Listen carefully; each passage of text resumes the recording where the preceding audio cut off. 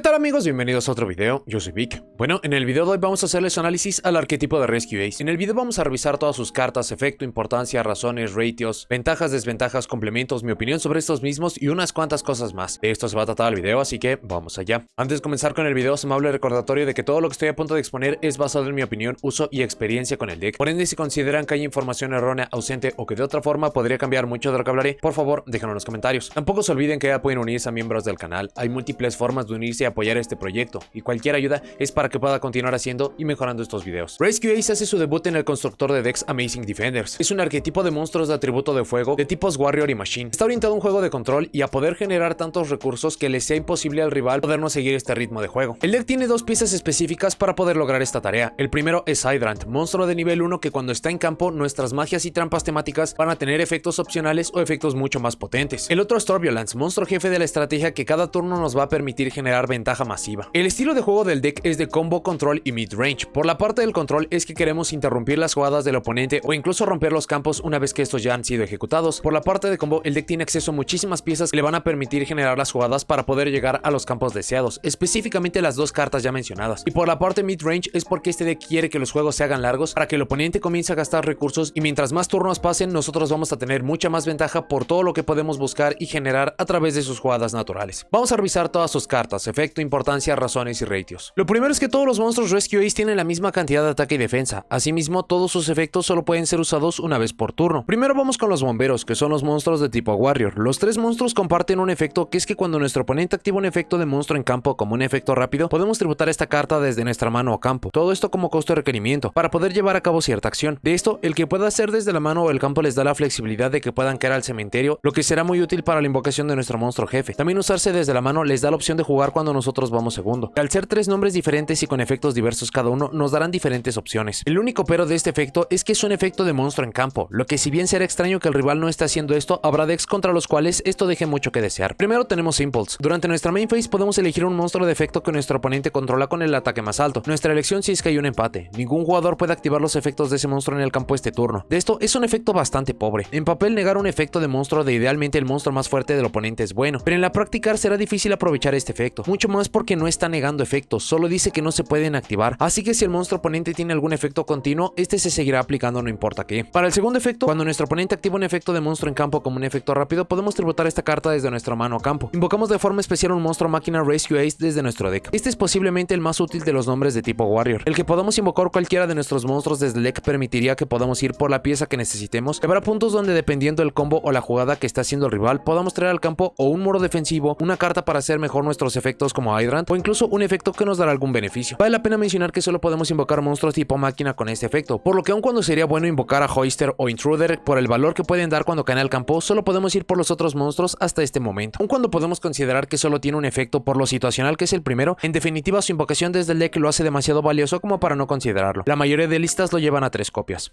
Hoister, si esta carta es invocada de forma normal o especial, podemos añadir una magia Rescue Ace desde nuestro deck a nuestra mano. Este es posiblemente el mejor efecto que tendremos en una invocación normal o especial. El buscar su campo o sus dos quick play que explicaremos en breve es usualmente el máximo valor que tenemos y lo que nos permitirá acomodar la jugada lo más rápido posible. Cuando nuestro oponente activa un efecto de monstruo en campo como un efecto rápido, podemos tributar esta carta desde nuestra mano o campo. Todo esto como costo requerimiento. Invocamos de forma especial un monstruo Rescue Ace desde nuestra mano, excepto otra copia de Hoister. El invocar un Rescue Ace desde la mano da la flexibilidad a que podamos invocar cualquier otro nombre o tipo. No obstante, precisamente por ser desde la mano y no tener tanta flexibilidad como lo hace Impulse, le limitan un tanto más de lo que puede hacer. Hoister es el mejor nombre que tiene el deck. La carta puede generar muchísima ventaja en cualquier punto, por lo que será una que queramos ver en circulación lo antes posible. Con un poco de uso se puede ver por qué la carta acomodará o dará la pieza de combo que nos haga falta. Esta también se ve usualmente a 3 copias. Algunos jugadores no lo usan tanto debido a la menor flexibilidad de lo que puede invocar desde mano. Así lo comparamos con Impulse que trae desde el deck. El último de los bomberos es Intruder. Si esta carta es invocada de forma normal o especial, podemos añadir una trampa Rescue Ace desde nuestro deck a nuestra mano. Este efecto no es en sí malo si consideramos todas las opciones que tiene el deck para generar combo, mucho más cuando sabemos que hay formas de poder buscar y usar una trampa en ese mismo turno. Pero ya que las jugadas del deck se enfocan tanto en poder generar ventaja masiva a través de un último efecto, el buscar una carta de trampa antes de tiempo se siente como un efecto desperdiciado o que no tiene nada que competir contra lo que hace